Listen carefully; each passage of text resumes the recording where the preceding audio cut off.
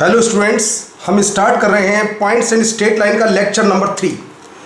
पहले क्वेश्चन से शुरू करते हैं। पहला क्वेश्चन है जेईई मेन 2008 का question. The perpendicular bisector of the line segment joining has y intercept -4। Perpendicular bisector ये P है 1,4, Q है K,3।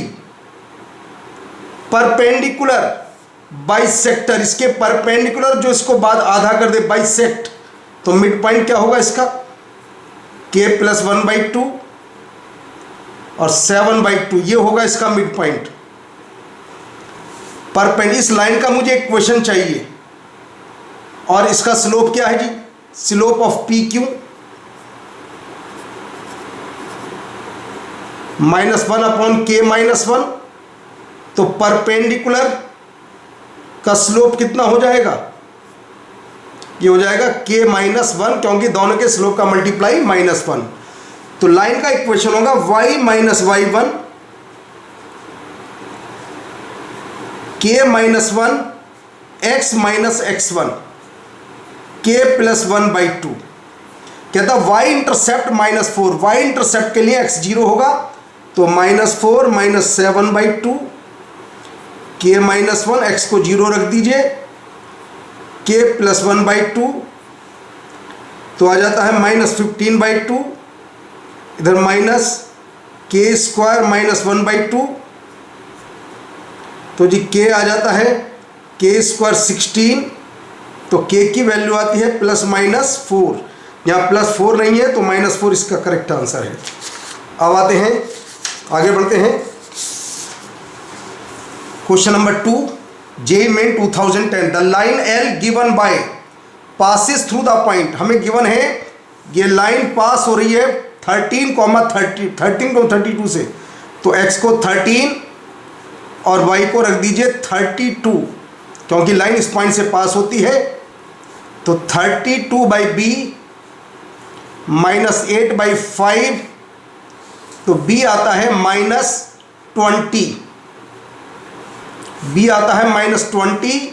तो L लाइन का हमारे पास इक्वेशन आ जाता है x/5 - y/20। सिंप्लीफाई करें थोड़ा सा तो आता है जी 4x - y -20 = 0। ये L लाइन का इक्वेशन है हमारे पास, ये लाइन L का इक्वेशन है। फिर क्या कहता है जी? The line K is parallel to L and has equation. The line K is parallel to L and has the equation. अच्छा, K का इक्वेशन मुझे मालूम है और ये L के पैरेलल है, तो इसका स्लोप कितना है जी? जो गिवन लाइन है इसका स्लोप है -3/c और ये इसके स्लोप के इक्वल है, तो c आ जाता है -3/4।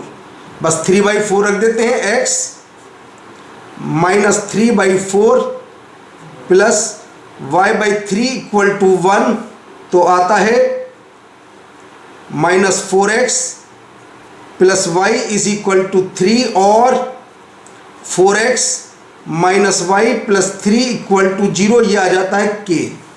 ये दोनों लाइन पैरेलल हैं, देख लो जरा ध्यान से। अब मुझे चाहिए डिस्टेंस बिटवीन लाइन, तो रिक्वायर्ड डिस्टेंस अभी फॉर्मूला बताया था C1 - C2 √ x के कोफिशिएंट स्क्वायर, y के कोफिशिएंट का स्क्वायर, तो 23/√17 इसका करेक्ट आंसर है। 23/√17 करेक्ट आंसर है। अब कंडीशन के अंदर हम एक आर्टिकल की बात करेंगे, नॉर्मल फॉर्म। नॉर्मल फॉर्म क्या होती है स्ट्रेट लाइन की, और उसके बाद बात करेंगे एरिया ऑफ पैरेललोग्राम। तो नॉर्मल फॉर्म क्या होती है?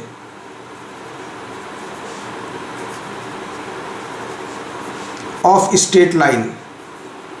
स्ट्रेट लाइन की नॉर्मल फॉर्म किसे कहते हैं? देखिए नॉर्मल फॉर्म क्या है। ये कोई स्ट्रेट लाइन है, 0 0 से इसकी लेंथ ऑफ परपेंडिकुलर P है। फॉर्मूला सबने पढ़ा होगा 10th क्लास से लेकर अब तक, मगर अप्लाई कैसे होगा इसे मैं बताऊंगा आज। और ये परपेंडिकुलर बनाता है x से अल्फा एंगल, तो इस लाइन का इक्वेशन पढ़ा होगा x cos alpha plus y sine alpha is equal to P, ये होता है नॉर्मल फॉर्म में लाइन का इक्वेशन। 0 0 से लेंथ ऑफ परपेंडिकुलर p और ये परपेंडिकुलर एक्स एक्सिस से बनाता है अल्फा एंगल। अब बात करेंगे हम एरिया ऑफ पैरेललोग्राम।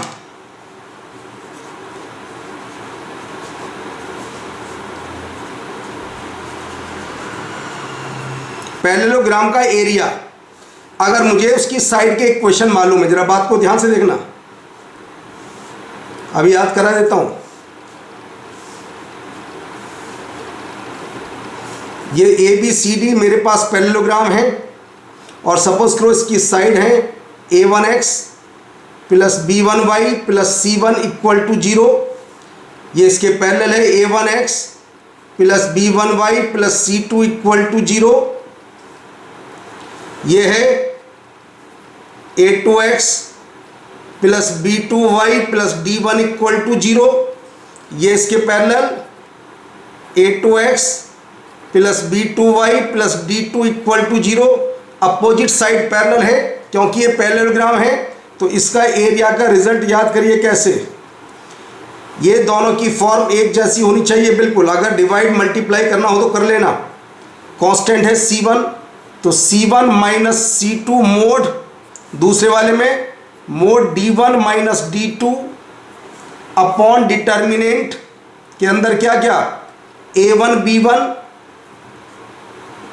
और दूसरे के अंदर a2 b2, डिटर्मिनेंट के बाहर मोड लगा देना। इस कंडीशन को लगाइए, दुनिया का कोई भी क्वेश्चन ज़्यादा से ज़्यादा मैक्सिमम 1 मिनट से ऊपर टाइम नहीं लगेगा, बहुत जल्दी सोल्व हो जाएगा।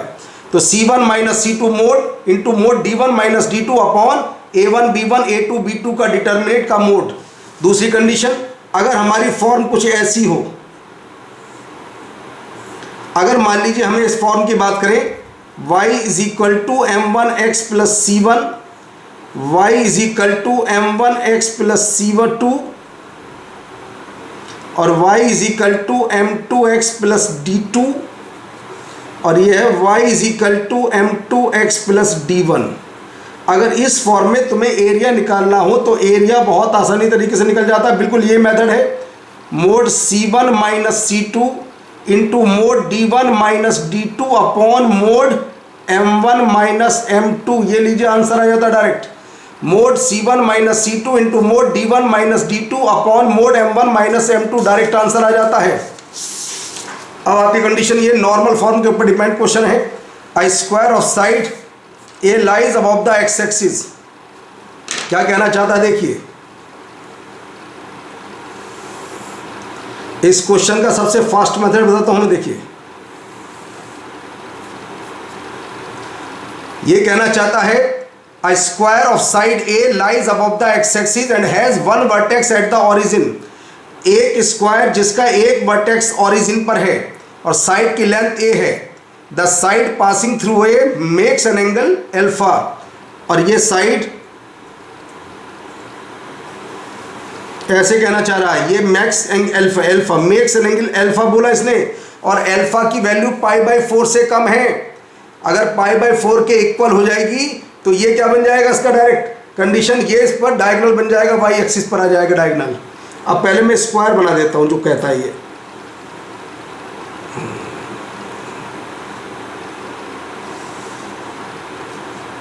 लीजिए स्क्वायर रेडी है, नाम रख देते हैं ए B C.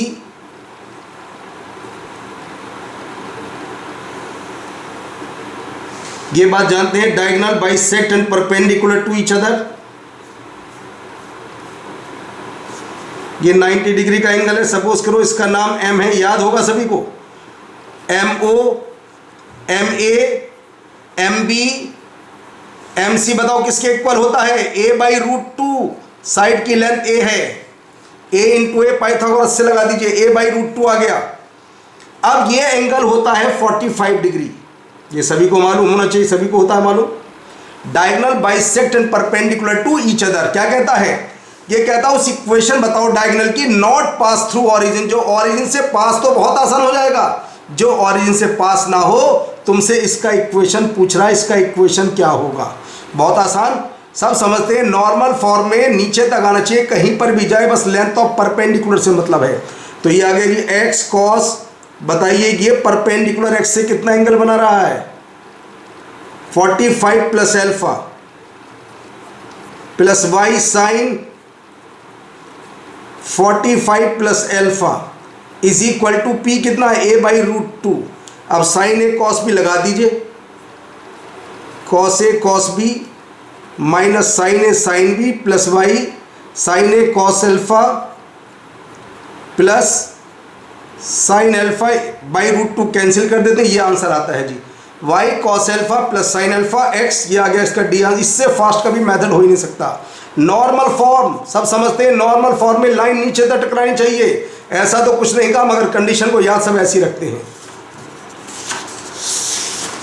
Show that the area of the parallelogram formed by the lines, हमें इसका एरिया बताना है। जब भी तुम्हें एरिया निकालना हो तो पहले फिगर सबसे पहले बना देना, उसके बाद हाथ लगाना क्वेश्चन को। x plus 3y minus a equal to 0, x plus 3y plus 4a equal to 0, 3x minus 2y plus 3a equal to 0, 3x minus 2y plus 7a equal to 0। ये देखिए जी, तुम्हें इसका एरिया चाहिए, एरिया का बताया था formula भी direct, mode 4a minus minus a into mode 7a minus 3a upon determinant 1 3 3 minus 2 का मोड। सोल्व करिए, आंसर आता है 20a स्क्वायर बाई 11। यही आंसर, यही प्रूव करना था। अब आइए इस टाइप का एरिया क्या होगा, दूसरी वाली फॉर्म जो मैंने अभी बताई थी थ्योरी में। लाइन के इक्वेशन क्या क्या है? एक तो है y is equal to m x, एक है y is equal to m x plus 1, एक है y is equal to n x और एक है y is equal to n x plus 1। बहुत आसान area, 1 minus 0 into 1 minus 0 second form है, मोड m माइनस एन। लीजिए आंसर आ जाता है 1 upon mod m minus n, तो इसका आंसर आया था डी। ये इसका करेक्ट आंसर है जी। अब बात करेंगे कॉनकरेंट लाइंस क्या होती हैं। कॉनकरेंट लाइन से पहले एक कंडीशन बता दें जरा, क्वेश्चन इस टाइप का अगर आ जाए तो कैसे सोल्व होता है। If x1 x2 x3 y1 y2 y3 are both are in GP the same common ratio, suppose करो कॉमन रेशियो मैंने इसका r एज्यूम कर लिया, तो बताइए x2 कितना होगा r x1 और x3 कितना होगा third term r square x1, ऐसे ही y2 कितना होगा r y1, y3 कितना होगा r स्क्वायर y1। कंडीशन को ध्यान से देखते रहिए। ऐसे क्वेश्चन में हमें कोई थ्योरी नहीं आती, सबसे पहले जहाँ पर कोऑर्डिनेट हो यूज़ होते हैं हमें एरिया निकालना चाहिए। क्वेश्चन को हाथ लगाने से पहले area 1/2 determinant x1 y1 1 x2 कितना है जी r x1 y2 r y1 1 r square x1 x3 r square y1 1। अब देखिए पहले कॉलम से x1 कॉमन, दूसरे से x2 common, 1/2 x1 y1 common आ जाता है, आता है 1 r स्क्वायर 1 r स्क्वायर 1 1 1, ये आ जाता है 0, क्योंकि दो कॉलम आइडेंटिकल आंसर 0। तो पॉइंट्स आर कॉलीनियर। अगर ट्राइंगल का एरिया 0 तो पॉइंट एक लाइन में होते हैं, lie on a straight line, answer आ गया lie on a straight line, इसका आंसर आ गया जी। अब बताते हैं कॉनकरेंट लाइन क्या होता है।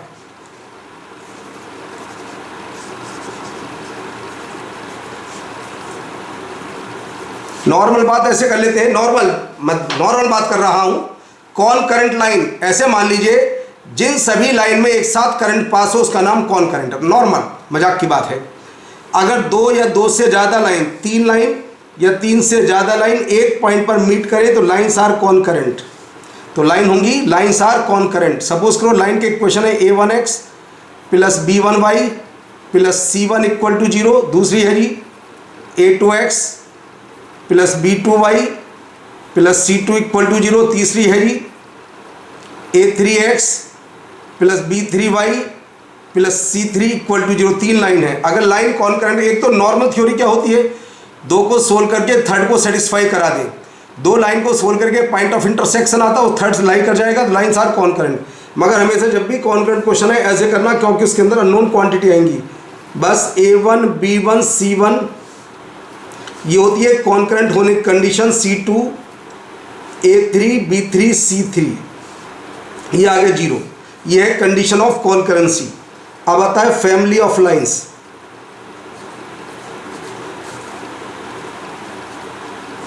क्या होता है फैमिली लाइंस? बहुत इंपॉर्टेंट आर्टिकल है। दो लाइन, दो अलग अलग लाइन है, एक को सपोज करो P से रिप्रेजेंट करते हैं, A1x plus B1y plus C1 equal to 0, दूसरी को Q से रिप्रेजेंट करते हैं, A2x plus B2y plus C2 equal to 0। दो लाइन है, ये दोनों का पॉइंट ऑफ इंटरसेक्शन है, तो इससे जितनी भी लाइन पास होंगी वो फैमिली ऑफ लाइंस होंगी, ऑफ लाइंस, ये कहलाएगा फैमिली ऑफ लाइंस। दो लाइन के पॉइंट ऑफ इंटरसेक्शन से पास होने वाली लाइन हो गई फैमिली ऑफ लाइन। तो फैमिली ऑफ लाइन का एक P plus lambda Q equal to 0, ये होता है फैमिली ऑफ लाइन का equation. P plus lambda Q equal to 0, ये कहलाता है फिक्स पॉइंट। फिक्स पॉइंट, अगर तुम्हें फैमिली ऑफ लाइन दे तो कहे फिक्स पॉइंट क्या होगा, तो फिक्स पॉइंट के लिए तुम्हें क्या करना बोला, एक बार P को 0 रख देना, एक बार Q को, और दोनों को सोल्व कर लेना, फिक्स पॉइंट आ जाता है डायरेक्ट। एक तो ये वाली कंडीशन, और एक इसके अंदर दो कांस्टेंट हो सकते हैं। एक तो एक कांस्टेंट मान लो ऐसा आ जाए, λ1p plus λ2q is equal to 0, ये फैमिली ऑफ लाइन है, और तुम्हें से चाहिए फिक्स पॉइंट। तो फिक्स पॉइंट के लिए यहां पर वही काम करना होगा, फिक्स पॉइंट P0 Q0 को सोल्व कर लीजिए। तो फैमिली ऑफ लाइन के अंदर दो से ज्यादा कांस्टेंट नहीं हो सकते। अगर दो से ज्यादा कांस्टेंट, मान लो 3 कांस्टेंट हैं, तो उन्हें पहले 2 कांस्टेंट में कन्वर्ट करना, उसके बाद तुम्हारा आंसर डायरेक्ट आ जाएगा। तो ये फैमिली ऑफ लाइन, या तो फैमिली ऑफ लाइन निकलवाएगा तुमसे, या तुमसे फिक्स पॉइंट पूछेगा, दोनों में से एक बात पूछेगा। ये कहता है जी ABCD non zero numbers if the point of intersection lines this and this lies in the fourth quadrant equidistant. Fourth quadrant के अंदर इक्विडिस्टेंस कहता है, एक मैंने अल्फा बोला माइनस अल्फा बोला, ये पॉइंट ऑफ इंटरसेक्शन बताओ दोनों को सेटिस्फाई करेगा नहीं करेगा। 4a alpha minus 2a alpha plus c equal to 0, तो अल्फा आता है जी माइनस c अपॉन 2a, और ये पॉइंट दूसरे को भी सेटिस्फाई करेगा। 5b alpha minus 2b alpha plus d equal to 0, इससे अल्फा आता है माइनस d अपॉन 3b। अब दोनों अल्फा को आपस में इक्वल कर देते हैं, minus c upon 2a minus d upon 3b, तो आ जाता है जी 3bc is equal to 2ad। देखो कौन सा answer, 3bc is equal to 2ad, 3bc ये आ गया जी, सी आंसर सही आ जाता है। अब आते हैं अगले क्वेश्चन पर। ये क्वेश्चन है जी फैमिली ऑफ लाइन की फॉर्म देख लीजिए। Consider the all of lines, यानी कि फैमिली ऑफ लाइन, दोनों के अंदर 3 कांस्टेंट पी क्यू आर है, इसके अंदर पी क्यू आर, मैंने कहा था कांस्टेंट 2 से ज़्यादा नहीं होनी चाहिए। तो P x plus Q y plus R equal to 0, इसमें भी आर को अकेला कर लीजिए, 4 से डिवाइड कर दीजिए, 3p/4, 4 से डिवाइड कर रहे हैं, 2q/4 प्लस आर, एक को मुझे गायब करना होगा वरना आंसर कभी नहीं आएगा। 2 से ज़्यादा कांस्टेंट नहीं होने चाहिए।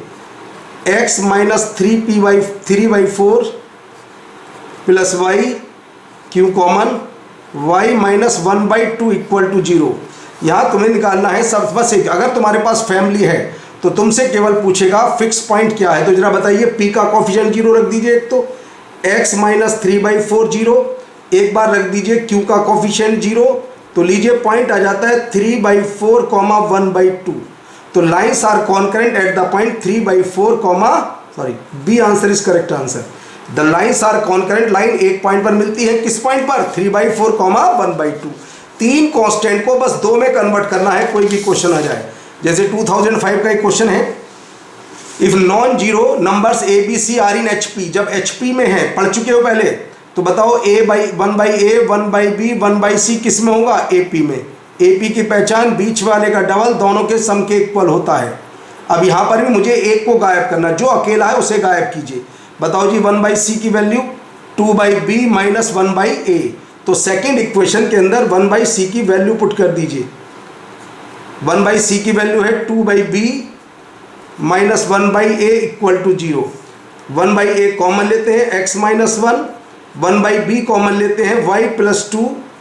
एक बार कांस्टेंट का कोफिशिएंट 0 यानी कि x माइनस 1 0 और एक बार y प्लस 2 इक्वल टू 0। तो हमारे पास पॉइंट होता है 1 कॉमा माइनस 2 जो कि फिक्स पॉइंट कहलाता है। तो कहता है बताओ फिक्स पॉइंट क्या है। तो फिक्स पॉइंट कितना आ जाता है जी, इसका फिक्स पॉइंट आ जाता है 1 कॉमा माइनस 2। ये आ जाता है इसका डायरेक्ट कंडीशन। तो चलिए अगली क्लास के अंदर फिर बाकी बची हुई चैप्टर बात करेंगे इसके अंदर स्ट्रेट लाइन की।